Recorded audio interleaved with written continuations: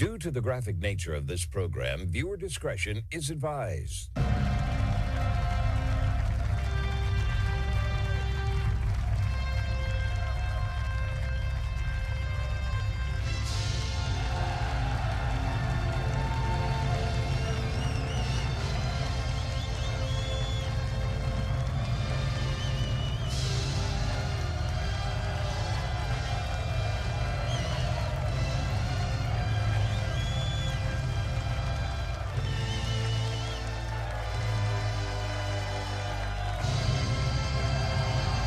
Hello and Happy New Year, everyone. It is the Thursday, January 1st, 2026 episode of the Marco Dre Show. The start of a great and blessed year for all of us, I hope. Thank you for tuning in to hear today's show, to hear all the relevant groundbreaking news here in America and around the world, the only show where the facts are facts and hard truths thrive. Don't forget to follow the show wherever you get your podcasts. It's now available on all streaming apps. It's time to get down to brass tacks with the best hour of radio, uncensored and ready to go. I want to start off asking you, the listener, are you a New Year's resolution kind of person? Do you think that the change of one day resets everything for you? Now, of course, mentally, we have to say 2026 instead of 2025. We're getting further and further away from the 20th century. And, of course, we're all going to be a year older this year. Now, I personally like to set goals for myself every single year, whether it be maintaining good health, good habits, or what have you. I have one goal this year. I'm going to give this a try. I have one goal this year where I'm going to read at least 10 pages of a book every single day. Expand the mind, get things going, learn more, of course. Maybe you have different goals, though. Maybe you have a career goal. Maybe you want to travel more. Maybe you have a relationship goal or a financial goal. Maybe you want to invest more this year in 2026. Maybe you want to pay off some debt. Now, whatever it is, you should obviously work towards figuring out how you're going to achieve that goal. Don't just set a goal and let it sit there. But just know whatever you want to accomplish, whether you come short one day or 1 week or whatever it is, doesn't really matter. Just know every single day that we get up is a new day to better yourself. So don't wait to make changes. If you slip up, regroup, prioritize what you want to do, and keep moving towards that goal. Right? That's what you have to do. You have to visualize that goal. How are you going to achieve this goal? What do I have to do every single day to better myself? And the more you manifest it, the more likely that is to become something that is true. And of course, the more better habits we have, the better we off will be. And by the way, I just want to say specifically to everyone listening, if I offended or disgusted anyone back in 2025 with my on-air antics, my expressions, or even my beliefs, just know that I'm working really, really hard on my language and my behavior for 2026 to really continue to level it up and probably do it even more so, just so we're all clear on that. But I just want to say, really and truly, in all seriousness, I do hope 2026 is a year of growth for everyone listening, a year of blessings for you and your family, of course, and I hope you achieve what you want to achieve. We're all capable of doing really great things. After all, you're listening to my show, by the way. That's one step in the right direction already. And again, who gives it to you better with more eclectic news than me? Who gives you more facts than me? I'd like to meet that person, by the way. Anyway, despite it being New Year's, there's still no shortage of great news out there and of stories. So let's get into 2026 right away, folks. Let's not waste any time. Let's start things off. Yesterday I was watching on Fox News, and President Trump was asked at his Mar-a-Lago party that he attended. And he was asked, what is your New Year's resolution? And he said, peace on earth. Now, I like that. I want peace. You want peace. We don't want to be in war and conflict constantly. But it's a very enlightening thing to hear that coming from a massive world leader like President Trump, that he wants peace on earth. So I hear that. But then earlier in the day, I realized I heard about the United States military blowing up 5 alleged drug vessels in separate deadly strikes this entire week, killing a total now of 8 new people, all of them labeled as narco-terrorists. And it's the 35th known boat attack since the Trump administration launched Operation Southern Spear back in September. Now, what is all this blowing up of boats achieving for us? Is it stopping drugs from entering the United States? Probably not. Our border is more secure, so it's much more difficult for drugs to get in the country. But nonetheless, there are still drugs flowing on American streets. Many people are championing this. They love it. I was looking at the comment section where this post about these boats being blown up took place, and everyone's saying, yes, good, congratulations, it was clapping and all that nonsense. And I'm sitting here going, do these people not believe in the rule of law? These people are alleged conservatives, like myself. Do we handle this kind of business this way in the United States? If someone's an alleged drug dealer, do we go blow up their house with everybody inside and say, well, drug dealer, gotta kill him? What happened to due process in this country? What happened to the rule of law? What happened to following our Constitution? Or even international law in this respect? We just blow up boats because we feel like it now? And I know I've talked about this with you many times before, but I can't get over the fact that we're talking about one thing and we're doing the exact opposite. The hypocrisy is great. If we want peace, number one, we should be securing our country, of course, monitoring the seas, obviously closing down the border, putting border patrol and agents on the border to tackle this type of crisis, human smuggling, drug smuggling, weapons smuggling into the country. All that should be taking place on our border. It all starts right there. But the idea that we're going to go out and just simply strike a boat and say, look, we're killing narco-terrorists, no more drugs coming in the United States. And I can go into all the situations where I can tell you that even the DEA is saying that Venezuela is not sending cocaine, heroin, fentanyl into the country. At best, they act as a transit hub for other drug cartels in South America. So why is it that we're just focusing on these ships in the Caribbean? Well, I think we all know why. We want regime change in Venezuela. So if we blow up this boat, it looks like we are obviously showing strength. We can look at threatening Maduro. We've created a blockade down there, which is an act of war. So I ask you, the listener, are we really moving towards peace in this country? We're now selling F-15s to Israel. They want to sell F-35s to Turkey. All for what? Well, to prop up for more war, of course. That's what it comes down to be prepared for war. Now we're talking about going to war with Iran. So Trump is saying one thing that we all like, obviously. We want peace. We want peace on earth. We'd love to lead peace. We'd love to lead peace negotiations. We'd love to stop the conflict with Ukraine and Russia. We'd love to stop the conflict with what's going on with Israel and all of its neighbors in the Middle East, especially the people that are suffering inside Gaza and the West Bank right now. We'd love to stop the killing of Christians in Central Africa. That's another situation. On Christmas Day, we're blowing up parts of Nigeria? What's that going to stop? Did that stop anything? We still haven't heard anything about this, too, by the way. Every single day I'm trying to figure out who was killed, how many people were killed. We get nothing. Nothing. But we know there was an attack. And we know this because villagers nearby have been reporting on this. But is that the problem to solve everything? Just drop bombs on somebody? When has that ever worked out for us? None, to my estimation. We can go look at Afghanistan. We can look at Iraq. We can look at what we did in Yemen. Did we stop anything in Yemen? By dropping $1 billion worth of bombs on them? We haven't stopped a damn thing. And obviously we didn't accomplish anything bombing Iran. Because now we're talking about bombing them yet again, months later. What we need is diplomacy. That's what we need. And we need a Secretary of State that is going to go and promote peace. Promote positive exchanges between us and that country and other countries in that region. That's what should be done.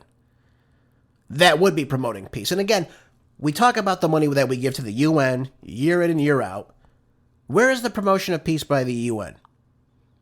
They have a whole section dedicated towards peacekeeping. Where is it? Look at all the conflicts we're looking at all over the world right now. Look at all the atrocities that we're seeing right in front of our eyes on social media.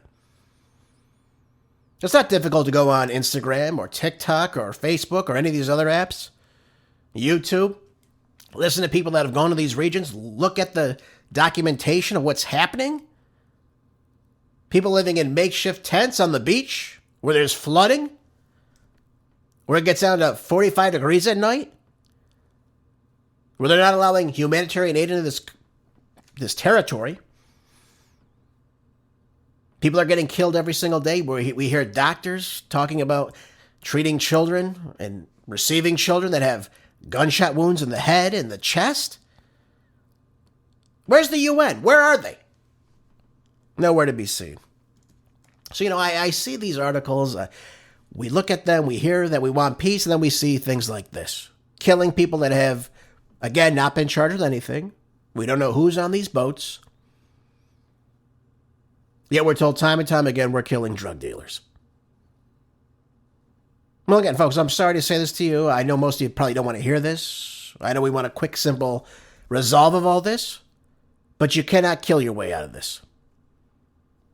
And it's unlawful to kill people, even if you suspect that they're drug dealers.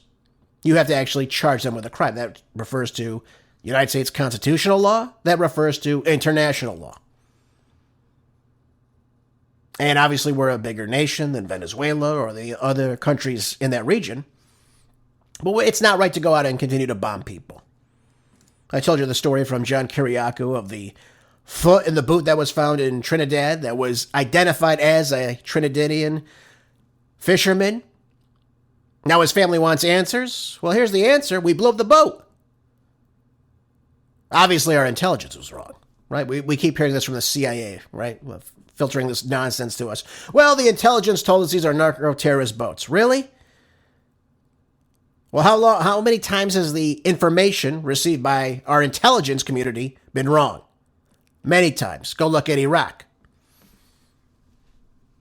Now, again, I want to start off 2026 with something more positive, but I have to tell you the truth, folks.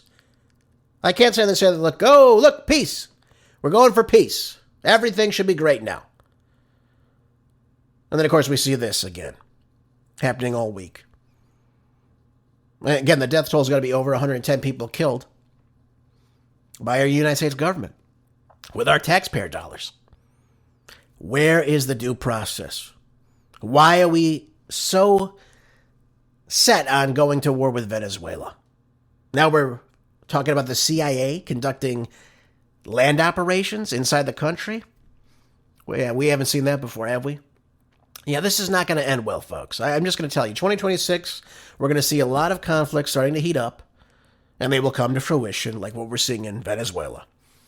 We'll see us going to war with Iran because that's what Netanyahu wants. That's why he was at the White House. Excuse me. The what do they call it? The Florida White House? I think is what they call it now, Mar-a-Lago. Why do you think he was there?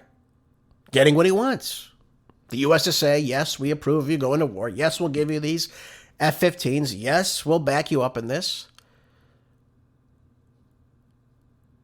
It never seems to end.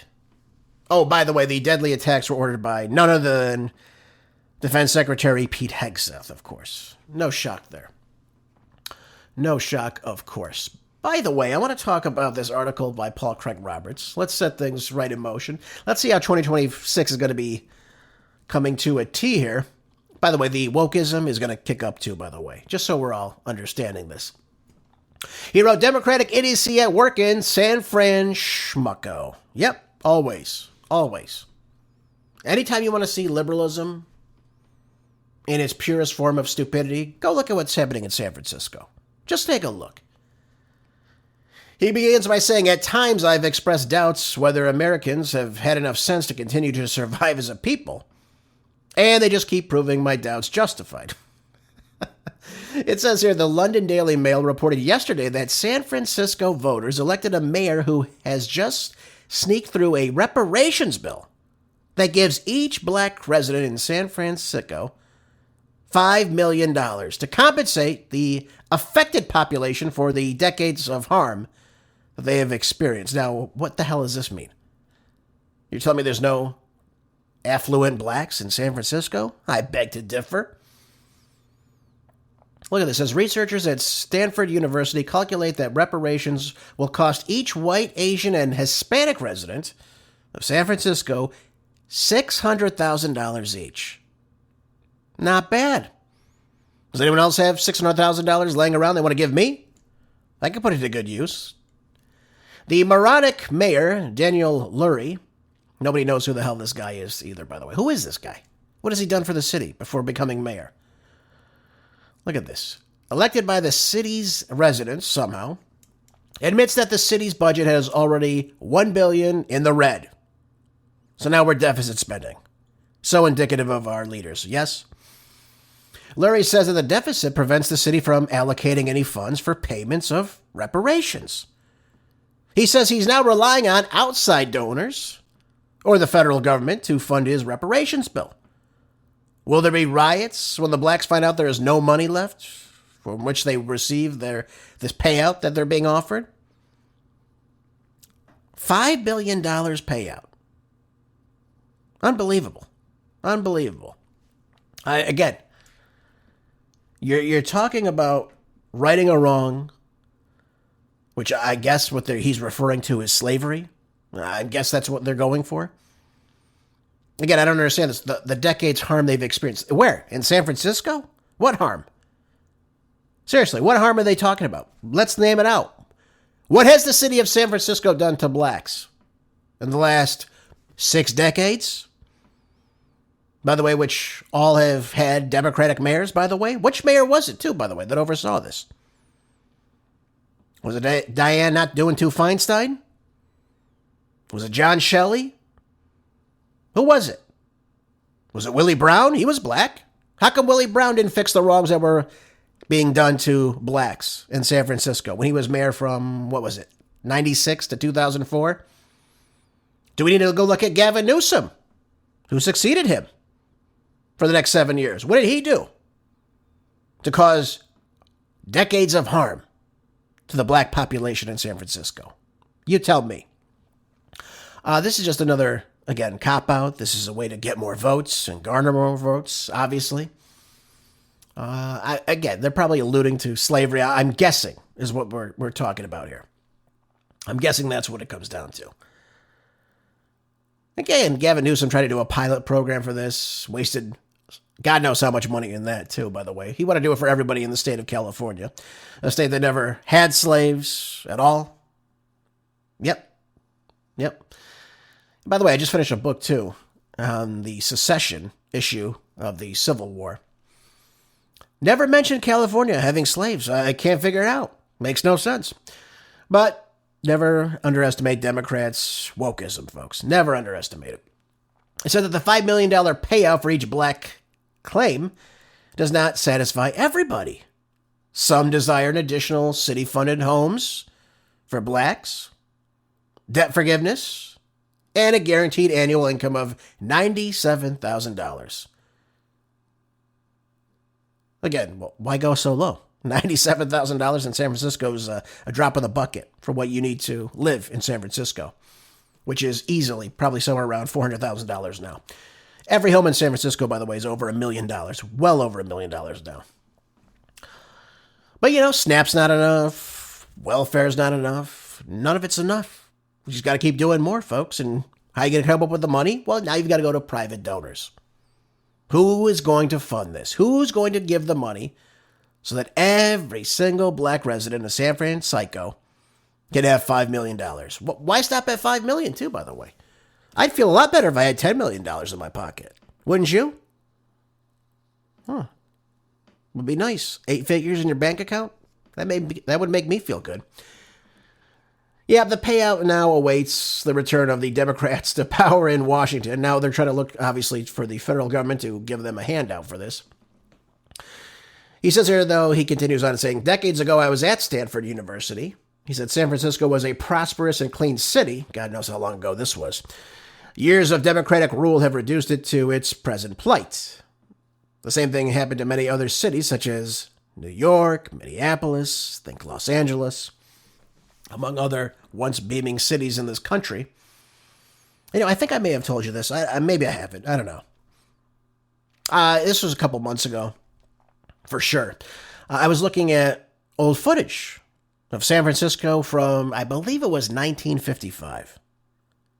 LA, I think the video footage I found was around from the same era, I think, When I tell you these cities were pristine, they were beautiful, they were clean, they were vibrant, little crime.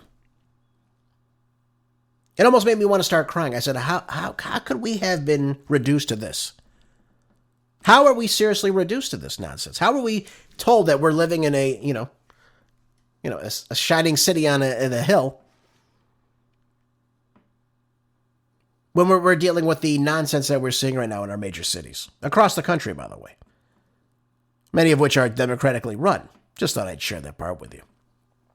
But even look at our nation's capital. Crime capital of the world? Really? In America?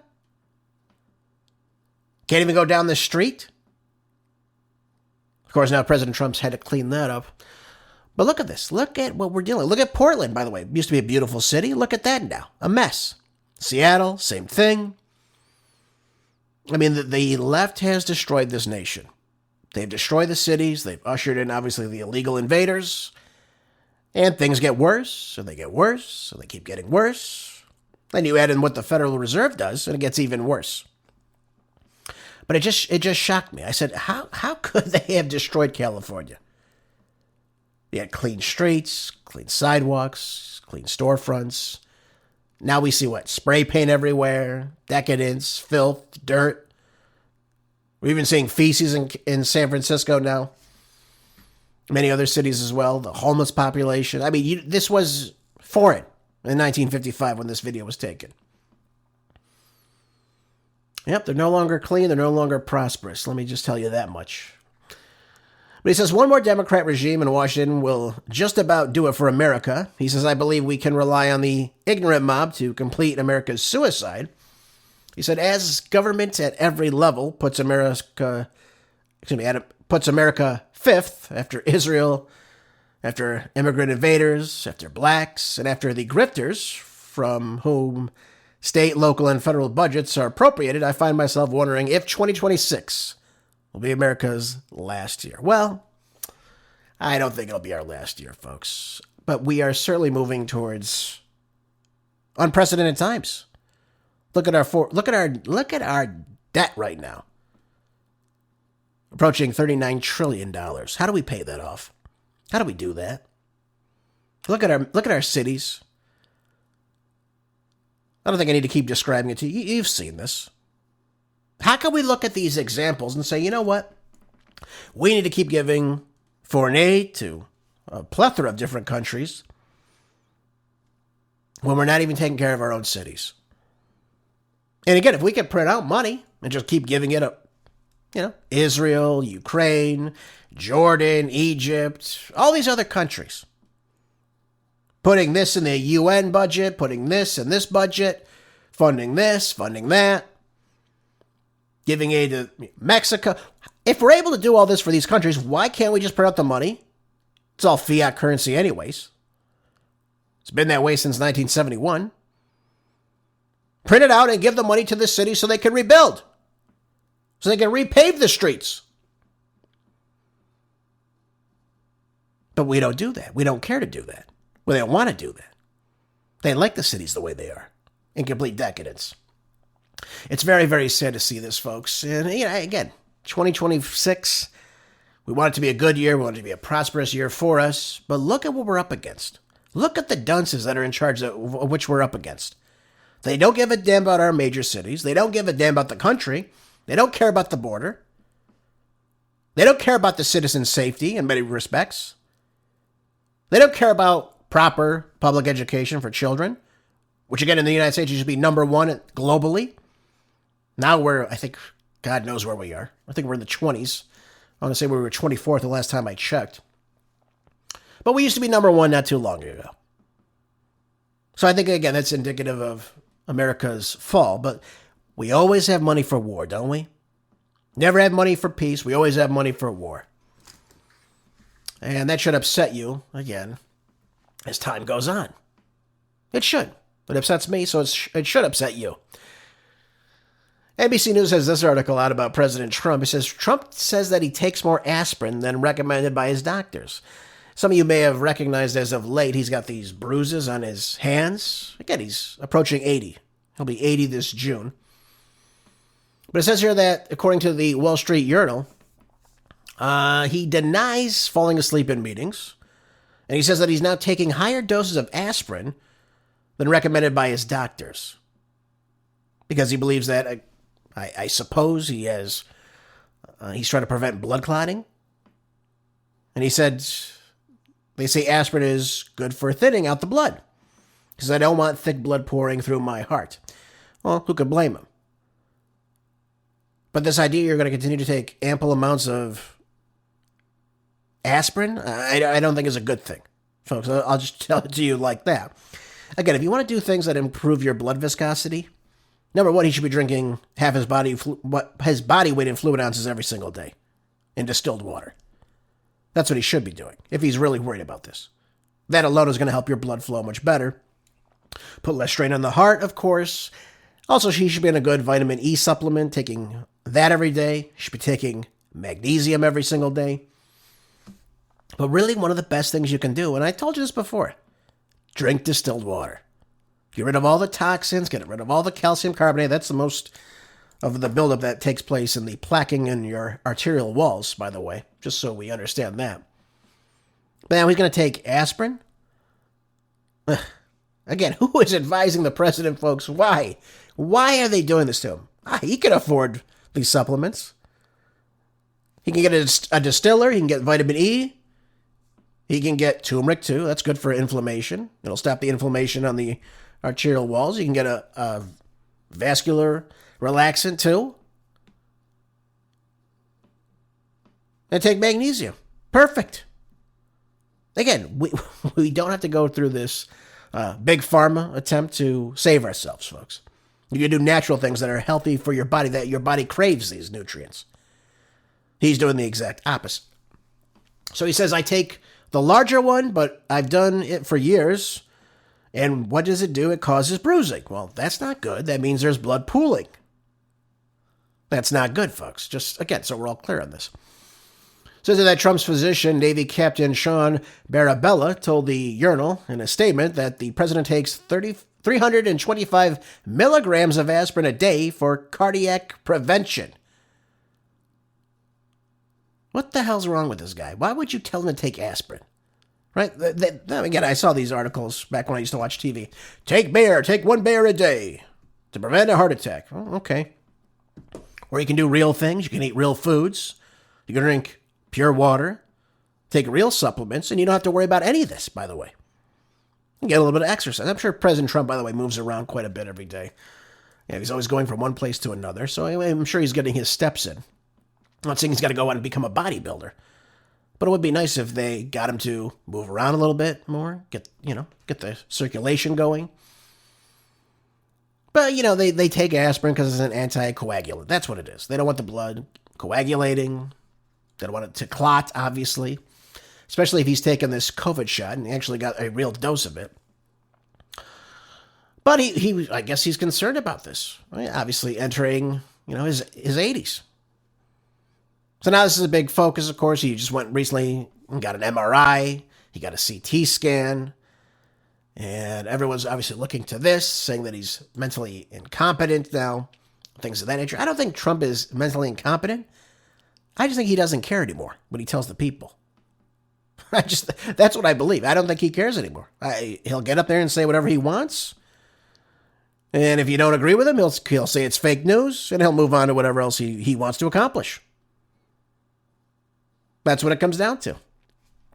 So again, I don't think he's physically debilitated, but at the same time, obviously this is not good if you're bruising, folks. You got to move around. You've got to take the right supplements, and that's probably the most important thing you could possibly do. Let me move into this article. I was going to talk about Trump pulling out of the National Guard. Let me go into something that may be a little bit more positive for us, so that we talk about what's happening in 2026. This is ZeroHedge from a couple days ago. It says that RFK Jr. drops the 2026 MAHA agenda to banish toxic food dyes and kill off processed poison. Finally, if Trump has done anything right, it's this attack on the ultra-processed foods in this country. Hands down, number one, this is something positive we could all get behind. I think so. least I hope so. I don't eat these kind of foods, so it doesn't really bother me. I know some people enjoy them. But if we can get real foods in our diet, that alone is something positive for 2026. So it says here, as highlighted in the segment by the FDA Deputy Commissioner for Human Foods, hell of a commission, by the way. It says 2026 will be a fundamental transformational year for Trump's administration. And they go on to say they want to get rid of the petroleum-based food dyes. They want to change the dietary guidelines. They want to define ultra-processed foods, and obviously how toxic they are. They want to address infant formula safety. They want to understand what the generally recognized as safe reform for food ingredients is. They want front-of-package labeling to tell you what's inside of all these things. There's a whole plethora of things they can go into here that, again, are very, very important for us. He further went on and said that this is an issue that has gone on for far too long in our country. When you talk about our nation's nutritional crisis, again, 70% of Americans are estimated now to be overweight or obese. You got half of young adolescents who can't even qualify for military service because they're putting on way too much weight. Again, they're looking at the cell phones, they're playing the video games, they're drinking the sodas, eating the, spicy Cheetos or whatever that garbage is. They're not eating whole foods, they're not getting enough exercise. And we wonder why we can't get recruitments in for the military. Well, this is part of the reason why.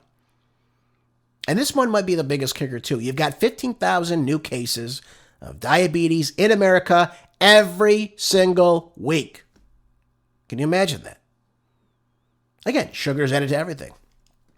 Of the hundreds of thousands of items in a grocery store, your typical grocery store, right? Whatever that chain may be, wherever you might get your groceries. Over 80% of them have added sugar in these products. Just so we're clear on that. So you got to watch your sugar intake. That's number one. That's what you should be doing always, by the way. Now, I understand at the time of, the holidays, we encourage more sweets. I understand that. We're all guilty of that.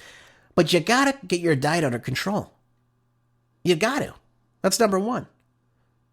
And again, that comes with proper exercise, eating whole foods, eating real foods, and again, not these ultra-processed foods. That's number one. So there's a big, big problem inside the country. RFK Jr. wants to take it on. And again, I applaud him for this. He's doing great things with this. I would like to see him move a little bit faster, but that's just my own prerogative.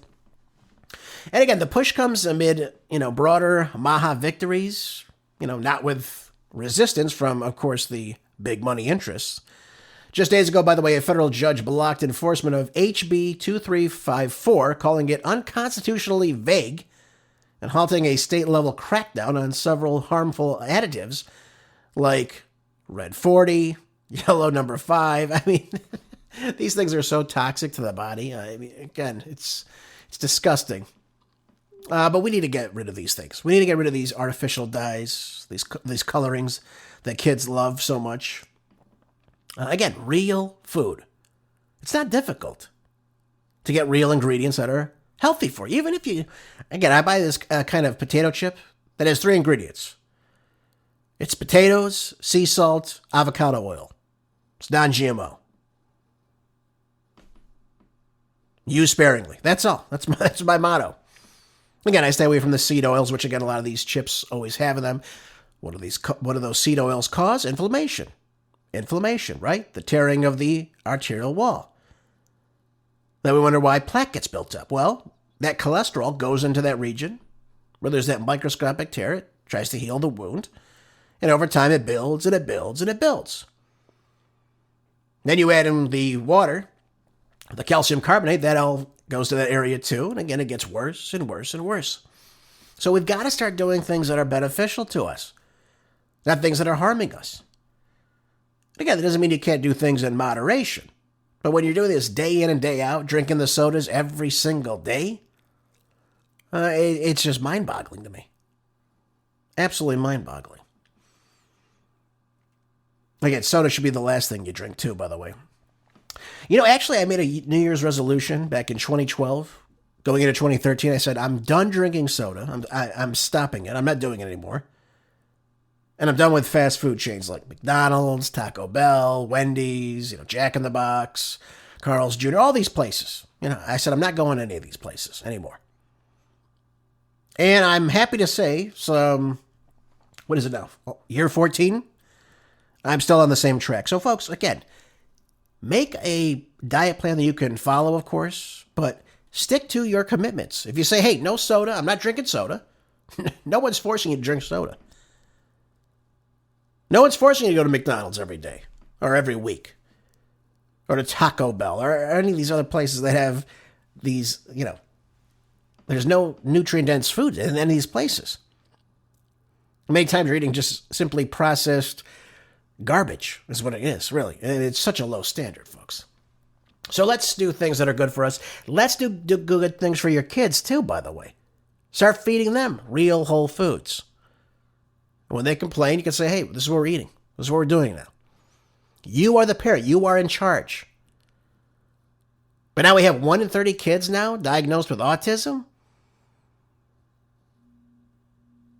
We have, again, kids now coming down with type 2 diabetes in their adolescent years. We never saw this before. Never saw this before. These spikes are going up and up and up.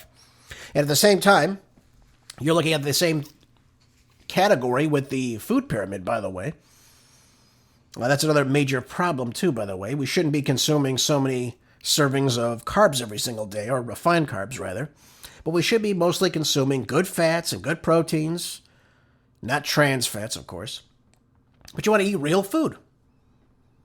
That should be the focus of your diet, especially right when you wake up. You want to ingest protein because that way your cells replenish with good protein and then you maintain lean muscle mass. That's the way it works. Oh, but you wake up, you go to Starbucks and get one of these drinks with like 90 grams of sugar in it.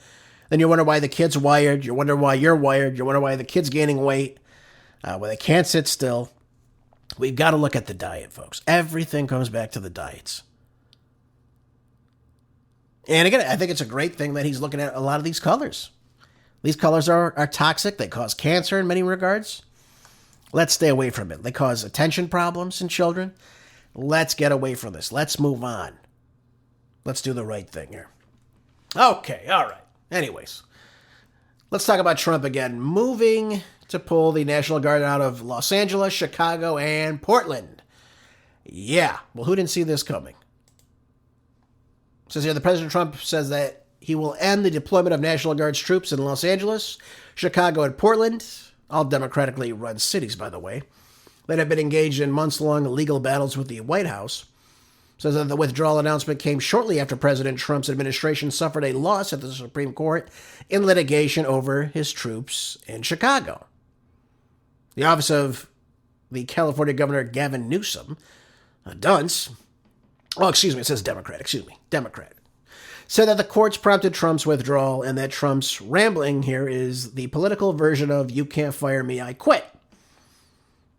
I love how Gavin Newsom pretends that he follows the law. That's a joke in and of itself. I mean, these things just write themselves for him. But it says here that Trump said that the troops drove down crime, and he suggested that they might return in the future. He said, we will come back, perhaps in a much different and stronger form, when crime begins to soar yet again. Only a question of time, is what he said to Truth Social. Here's the problem with this whole situation. We've got to be clear on all this. Number one, the National Guard by law has to only be there in 2 instances. 1, it has to be an insurrection, or 2, a rebellion had to be occurring, and the president also needs approval from that said governor of that state to allow national troops on American city streets. Now, it's true there was no insurrection in any of these cities, right? That would be an act of violence aimed at overthrowing the government. That's not what was happening. Or a rebellion, which again is described as any collective groups of acts, again, using violence to overthrow or substantially destabilizing the current government. None of these 2 things were happening despite high numbers of crime. So again, if the state governors do not approve of federal support in their state, the power of policing then belongs to that governor to protect their own citizens. So it has to come down to Gavin Newsom. It has to come down to J.B. Pritzker. Or in Oregon, Tina Kotek, whoever the hell she is. So, as time goes on, we look at this and we say, well, President Trump was doing this to bring crime down. It had good merit. Well, it probably did have good merit. But that is not according to the law. That's the problem. So some of you are asking, well, what do we do about the ICE officials, the ICE officers? If they're under the threat of violence, what happens to them? And again, I'm sorry to tell you this, but again, it relies on local law enforcement, which again, none of these governors, none of these mayors in these cities are providing. So it becomes more dangerous for them. That's why we saw the instances of over 1,000% increase of violence towards ICE officials in our city streets. And we're seeing people get more and more brazen. That's just the way it is. So again, I'm sorry to tell it to you that way, but that's the way it goes. Again, we're in strange times with all this. 100 years ago, this type of civil unrest in the streets would be put down right away. Right, the street trash that keeps going out time and time again to attack ICE agents, that wouldn't be happening in a civilized society. But the Democrats don't like this. They champion the illegal alien. J.B. Pritzker does, Gavin Newsom does, I'm sure this woman in charge of Oregon, I'm sure she does as well. But on Wednesday, Pritzker the pig said that Trump had no choice but to end the deployments. He lost in court when Illinois stood up against his attempt to militarize American cities with the National Guard. Now Trump is forced to stand down. Isn't that noble, JB? Because you couldn't do it yourself? Or you won't do it either way? You failed the people of Chicago? Look at Chicago, by the way. Every single weekend. Tens of people shot every single weekend. Many killed. Yep, never changes. Gavin Newsom, same thing. So Trump first federalized the California National Guard in June in response to protests against immigration raids across Los Angeles, arguing that the troops were necessary to protect federal buildings and workers. He's not wrong about that, by the way. He's not wrong about that. These people got violent, throwing rocks at vehicles, accosting people. All these things that were happening were causing more strife towards ICE agents. And again, that's why the number of attacks against them is greatly increasing, because these people know they can go out and do these things. And Gavin Newsom, Karen Bass, they're not going to do anything to help protect these people. They're not even going to work with these people to remove illegal aliens. That in and of itself is a major problem. And again, the people know this. The people know this, so they go out and do this. They go out and protest in the streets, by the way. No one's saying they can't. But when you go out there and you are causing violence, again, violence towards people doing their job or trying to prevent people from doing their job, that's a completely different thing. Now, it worked in D.C. Again, that's a federal city. He could do that in D.C. But it's different when we're talking about every other American city. And in this case, he overstepped his bounds because, again, he has no legal right to, again, bring these troops to American cities. So if Gavin Newsom wants LA to fall, well, that's on Gavin Newsom. The people of California don't have to elect him. They don't have to elect J.B. Pritzker or Tina Kotek or these other far-left Democrats. But now, for some reason, they always do that, don't they? Yeah, I think if Trump wants to get rid of Gavin Newsom or J.B. Pritzker, all he has to do is forensic audit these machines in these states, and I think we'll see a little bit of a different story than them winning in these landslides that they continue to always get. Just thought I'd share that with you, folks. Just thought I'd share that with you. So, a win for the Democrats in this case, a loss for Trump. But again, that's constitutionally the law. All right, moving on. ABC News says DOJ seeks to enlist 400 attorneys to review more than 5 million pages of Epstein records. I thought we were supposed to have this already. What's taking so long? It says few more weeks of Epstein files. The DOJ announced it has uncovered more than 1 million more documents potentially related to the Epstein case. It says here that the Department of Justice is now asking for help for reviewing the 5.2 million pages of unreviewed documents. How are these documents not reviewed? How do they not have a team already looking at these documents already? Try to build cases, try to convict people. They're just going unnoticed? Nobody's looked through these documents. It's mind-boggling, especially with what's going on with this case and the lack of transparency that we're getting with all this. But now we're having people working to go through these 5.2 million pages of unreviewed documents, all related to Jeffrey Epstein. And now they want to seek 400 different lawyers from looking at its criminal and national security divisions, along with U.S. attorneys' offices, both in Florida and New York, to look at these documents. Shouldn't this have been done a long time ago? Shouldn't this have been done so long ago that we were supposed to have this back on December 19th? And we still have nothing. We still haven't gone over these documents. We don't even know what's in these documents. Again, I think it's a bit strange. 5.2 million pages of what was said to be a Democratic hoax by President Trump. Everyone now is coming out, well, not everybody. I'm not coming out saying it's meaningless, but a lot of people now are coming, well, Jeffrey Epstein, who really cares? Ben Shapiro's coming up. Who cares? Let's move on. Let's move on? We could have a blackmail. How do I want to word this to you?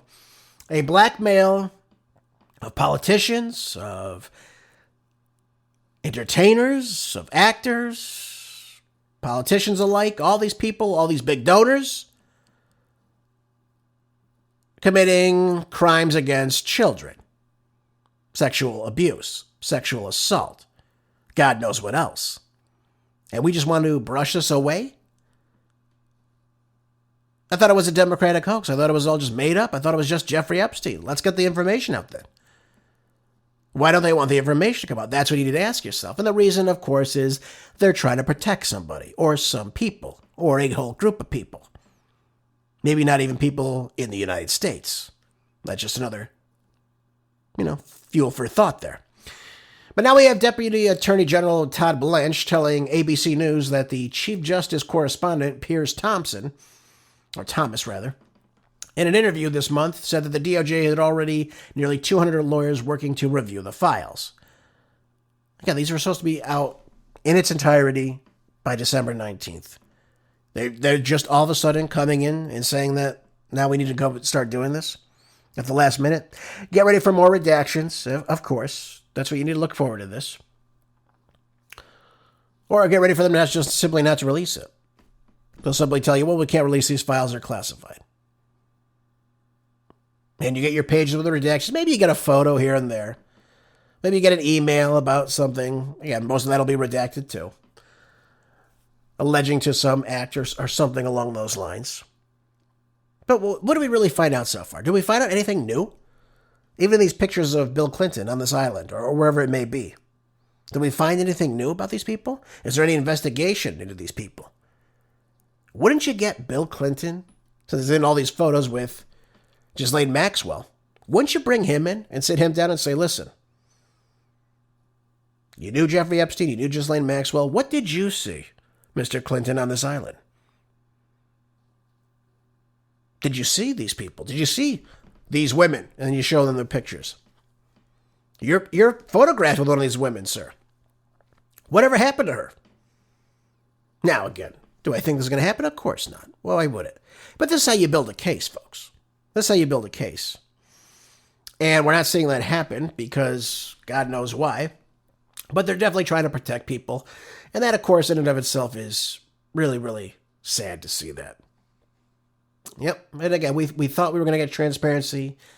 We thought we'd see arrests of people associated with Jeffrey Epstein. Instead, we got a couple of photos and redacted files. And of course, we were gaslit to being told that it was a hoax. It was simply the Democrats' hoax. And always the big question happens too now. Why did the Democrats release the files if they could have? What were they hiding? Again, it comes down to the uniparty. They're both hiding it for each other. This just gives Democrats more leverage because they're not in any type of control. So they can say, hey, look, we want them to release these files. Go ahead, do it. I dare you, do it. They're not going to do it. just like they weren't going to do it. So they're stringing you along. They're giving you a little bit here and there. Nothing incriminating, of course. And by the way, I just want to say, just because someone was on the island doesn't mean they committed crimes, but it does beg the question, did you talk to these people that were on the island? How come the DOJ didn't talk to these people? Will we get answers for the roughly 1,200 different victims, many of whom are now deceased? Something tells me, again, we're not going to get it. So don't look forward to it. Don't expect it. It's not going to happen. Just be thankful you got what you got with this. What you got is absolutely nothing. So shame on President Trump for that. We knew this was going to happen. If it ever does come out, though, that, again, these people committed these crimes and they just sat on this and did nothing, that's going to be very, very devastating, I think, for Republicans and the Democrats alike, by the way. This article left me a bit shaken. I got to tell you this. This article I have in the Gateway Pundit, I didn't like this one at all. It says here, violent intruder smashes into home, gets shot. Homeowner now faces charges despite acting in self-defense. Do we even believe in self-defense anymore in this country? I got to be honest with you. Do we even believe in the rule of law anymore in this country? That now somebody who breaks into a home gets killed and now the person defending themselves gets arrested? It says here, an Indiana homeowner is now facing felony charges after shooting an armed intruder who wasn't allegedly, there's video footage of it, kicks the door and impersonates police. So they kick the door open. They say, police, police. And then, of course, the homeowner returns gunfire to this individual that enters the house. It says here that officers with the Muncie Police Department responded to a shooting call and found 28-year-old Marcus Brown Jr. suffering from multiple gunshot wounds. Brown was later transported to a local hospital where he was pronounced dead. The resident of the home, who probably saved his own life, these two intruders were very well armed. Says here that 33-year-old Daniel Songer reportedly fired at the intruder after grabbing his girlfriend's handgun. So most of you are listening to this going, well, it makes sense. He's defending himself. He's defending his girlfriend. He's defending his home. Makes sense, right? Well, not according to the police, of course. Now, Songer immediately, by the way, called 911 after this took place. He told the dispatchers that a man had kicked open his door, claimed to be the police, and that he had fired on them until the gun malfunctioned. Songer then also informed the dispatchers that the intruder appeared to be deceased. When police officials arrived at the scene, they looked at the clear damage to the front door, obviously was kicked in, consistent with forced entry. They found Brown lying there in the doorway as he was obviously trying to enter. He was shot with multiple gunshot wounds. And then the officers also located a silver handgun on the porch, which Songer had placed there, unloaded at the direction of the dispatchers before the police arrived. So it sounds like he's complying with the law with what they're telling him to do. Did it all work out for Songer? It did not. Because despite this apparent evidence, and obviously substantial evidence, of the forced entry, the armed intruder, Songer was then arrested and preliminarily charged with suspicion of obstruction of justice, a level 6 felony in the state, and unlawful carrying of a handgun, level 5 felony. Now, police acknowledge that Songer told them that he used his girlfriend's firearm because he is legally prohibited from possessing a gun due to a prior felony conviction. Okay, so his girlfriend had a handgun and he protected him and her. What, is he going to have her do it? Is he going to have her go out and try to stop these guys, these two guys running the house? Legally speaking, he should be able to defend himself. Now, if that was his gun that he wasn't supposed to be in possession of, then it would be a different story. But it was her gun that she had. And again, people that own guns loan their guns out to people all the time, by the way. Now, he has a felony conviction, but that doesn't mean she can't have a gun inside the home, I would have to say. So again, this just reeks, about what happened here. And what was he supposed to do? Let me ask you this. What was he supposed to do? Put his hands up and say, just please don't kill me? Take my girlfriend. Here, have this nice silver handgun that she has lying on the counter here.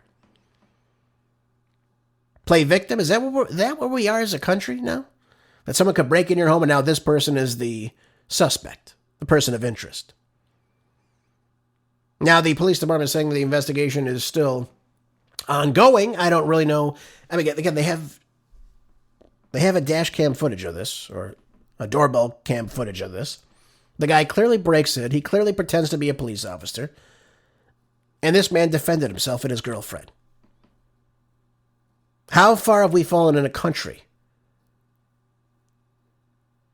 that you can defend yourself and now you're going to go to jail? Where he now resides in the Delaware County Jail with a bond of $10,000 as of Sunday. How is this the way our nation is functioning? Where people can't even defend themselves anymore. Again, if this is foreshadowing for 2026, I don't know what positivity we can expect from all this. Yep. It appears that the criminals, they're seen as the victims. And anyone that defends themselves is obviously the person that's going to jail. And it's like that in many, many, many of these cases. This is America, folks, now. Self-defense is something of the past, it seems. All right, let me go through one more article here. I had two articles left. I was going to go over this article in the Washington Times. It kind of relates to this article. Well, let me go over this with you. They were talking about 2026 and obviously the future of the country. And if we're moving more woke, or are we moving more to the right? Who knows? Anyways, this is in the Federalist from a couple of days ago. It says, artificial intelligence in the classroom destroys actual intelligence in students. Well, I could have told you that. I saw it firsthand. It says here that students should aspire to be more than mere prompt writers, but minds capable of thinking, reasoning, and perseverance. Well, that's something of the past, I'd have to say as well. Now, the article goes on to say, as an educator, I've heard high school teachers and college professors alike defending teaching AI usage in the classroom. That the technology isn't going anywhere, so kids have to learn how to use it responsibly. Use it as a useful tool. The problem with all this is, when you have a kid looking at a screen all day, and either typing or just simply following along with the lecture you've given them. I mean, back when I was in college, we had to write out our own notes, right? We got notebooks. When I was in high school, we had notebooks. We'd take out the notebook. We'd write down what the teacher was saying. And that's how we learned. And it's important to understand, too, when you write something out, right? Anytime you write something out, you start to remember it because you are writing it out. It means something to you. You remember writing it down on a sheet of paper. It helps with memory. When you're typing, right, just aimlessly, or if you're just simply reading off a, slide sheet, you're not remembering like you were if you were actually listening and taking notes in quiet. And by the way, kids understand this now. They know, hey, well, I just got the notes anyways, or I can use AI to type me out a nice essay on such and such a topic. You can just put all those directions into AI, into one of these, platforms, and they'll pump out an essay for you. Use APA format, use this, use that, talk about this and that, give me 5 references, put them at the end of the, end of the sentence, whatever. It'll do that for you now. And when I was a teacher, I experienced this at times. I'd say, really, you wrote this? Oh, okay, let me look at this. Tell me what this means. And the kid would be like, I'm like, yeah, exactly. It's not helping. It's letting kids be lazier. They know they don't have to put in any work to do this because, again, the computer will do it for them. So we have learning how to write the right prompts is obviously a very important skill, right? Sentence structure, the technical structuring of a sentence, vocabulary, writing things out, doing your own research. All these things are very important to a growing brain. But now we're letting AI take over that entire process, the entire writing process, the entire research process. What do we learn from this? By the way, I'm not saying that you can't use AI for research, by the way. Don't get me wrong. But when you take a document and say, do this for me, and it just regurgitates something out and gives it to you, and you just stamp your name on it, what are you really learning? It goes to show you that it's useless. And by the way, you don't even need people to bring up these documents anymore. It's just that way. Do you need to hire somebody that's going to go and do research for you? Probably not. Because again, it's all online anyways now.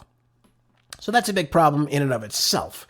So what do I recommend for teachers, for children in the future? Number one, they should be technology free by and large at schools. Now, it's one thing if they want to have computers so they can type work into a document and do it that way. That's fine. But this idea that we're going to move beyond this cognitive function, like critical thinking, for example, even an MIT study showed that AI usage decreases cognitive function and elements like critical thinking because their brains are not being wired now to follow this process of learning. They just understand, I take this document, I copy it, I put it in the search engine, I say print this out, I print it out, and then I hand it in. What are you learning there? Mostly because they're not even reading this information. So they're circumventing so many different processes. And again, many people argue that in order to thrive in today's job market, young people still need to master the skill of writing prompts. Right? They should know how to write. They should know how to write in cursive, especially. They need to know, and by the way, so many kids today don't even know how to write in cursive. It's crazy. But they've skipped it all because they're going directly to the computers, the iPads, the what have yous. So we need to go back to the basics. They need to have a notebook. They write in the notebook. They understand how to write neatly. They need to understand how to write in cursive. And again, the idea they're going to sit in front of a screen all day for 8 hours and expect them to learn, I think is hopefully going to be something of the past very soon because they're not going to be giving the proper results. So again, while I'm not against kids using AI to find information, they need to know how to get the information, of course, take that information and write a successful paper or research project or whatever it may be on that topic. And that's really the only way you can do it. I mean, in and of itself, that's the only way you did it. Again, that's how we did it when I was growing up. Nothing should be changing on that avenue, I'd have to say. Folks, thank you again for being here. As always, I appreciate you so much. Thank you again for tuning in today's show. Hope you all learned something and hope you'll share with others. Make sure you're staying prepped, folks, in 2026. Make sure you're storing up food, water, ammo, money, gold, tools, supplements, fuel, anything you need to be self-sufficient. It all starts right there in your house. So make sure you're doing that. Make sure you get those New Year's resolutions going too. Have a great rest of your day, and I will see you back here tomorrow as always for more groundbreaking news on the next Marco Dre Show. And then, be good, stay blessed. God bless each and every one of you.